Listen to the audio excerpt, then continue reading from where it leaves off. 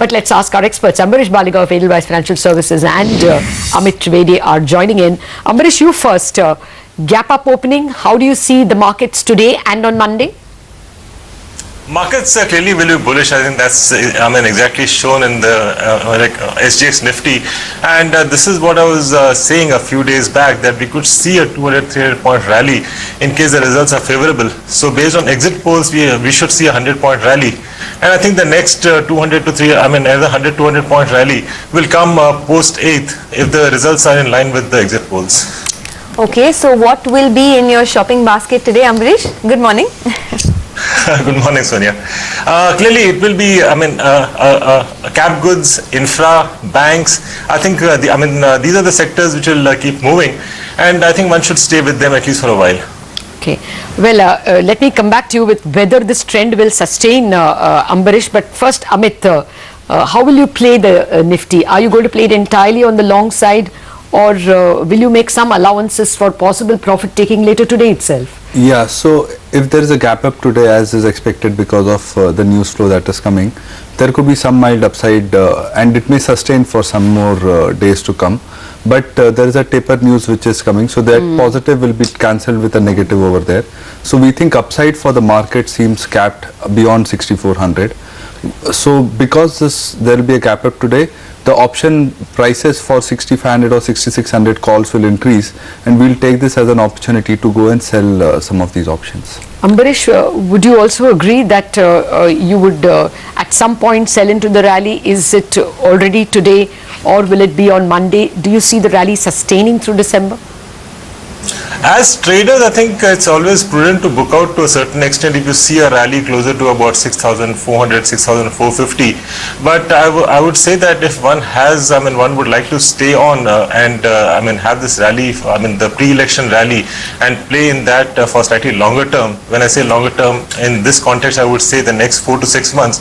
I think it's better to just stay on, because over the next 4 to 6 months, we see the rally going up to about 6,800, 7,000 levels, so which is possibly about 10-12% from these levels. But clearly the outperformers would be the non-index stocks, and those are the stocks to be just held on. Basically the larger mid caps should really outperform. Just with the trading view in mind, Ambarish, would you back any of these Gujarat-based stocks? Because we've seen some good gains, in the likes of Adani Power, Gujarat P-Power, Torrent Power, etc. Anything that caught your eye? Adani Group, I think sentimentally should actually move based on this poll news, and I think like I said, that rally should continue at least for the next couple of months. You said large mid caps rather than index. Can you name some? I would again, in banks, I would talk about DCB, IndusInd Bank. Among the slightly smaller, private sector banks. Again, if you're talking of the infra stocks, again, we should be, going back to stocks like GMR, IRB. I think these are the stocks which will, which had underperformed in the past couple of months. I think these are the stocks which will start moving. And again, in auto ancillaries, we have been recommending Bharat Forge and Motherson Sumi. To that, I've added Exide, which has again underperformed in the last couple of months. I think that's one stock which should start moving. Okay, Amit, what about you? If this market does move to that 6350 level or so, as many people are expecting, what are the stocks that you would approach both today and even within this series? What would you be bullish on? Yeah, so if you look at over the last 4 days, in fact, in particular, if you see, there's an interesting trend that is happening. In the bond market, foreign investors are turning buyers at this point of time. So I would like to hold on and see for 1 or 2 more days if that is continuing to happen. Someday it will translate to the banks per se. Okay. So I think private sector banks could be a good case in point to go long in, and then it would be like specific stocks like Persistent Systems kind of stocks which we would like to buy per se.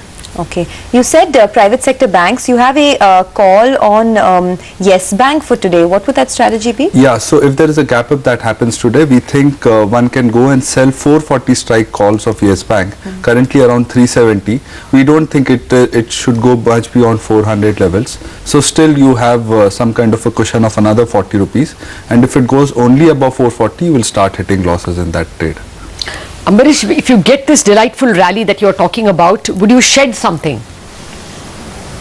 Like I said, in case I see levels of about 6400, 6450, which I'm quite sure would happen post 8th. As I mean, trading positions I would lighten a bit because this will not be a one-way rally. You will surely have some corrections in between because you have the Fed meet, you have the RBI monetary policy.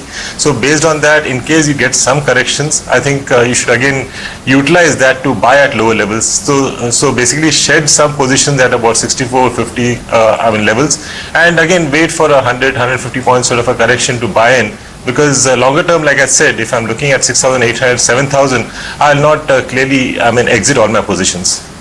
All right, Ambarish and Amit, thank you very much for joining us. We have to take a break now. We'll head back when the market opens and gives us some pre-opening rates. Thereafter, Arun Uday Mukherjee also will be joining in.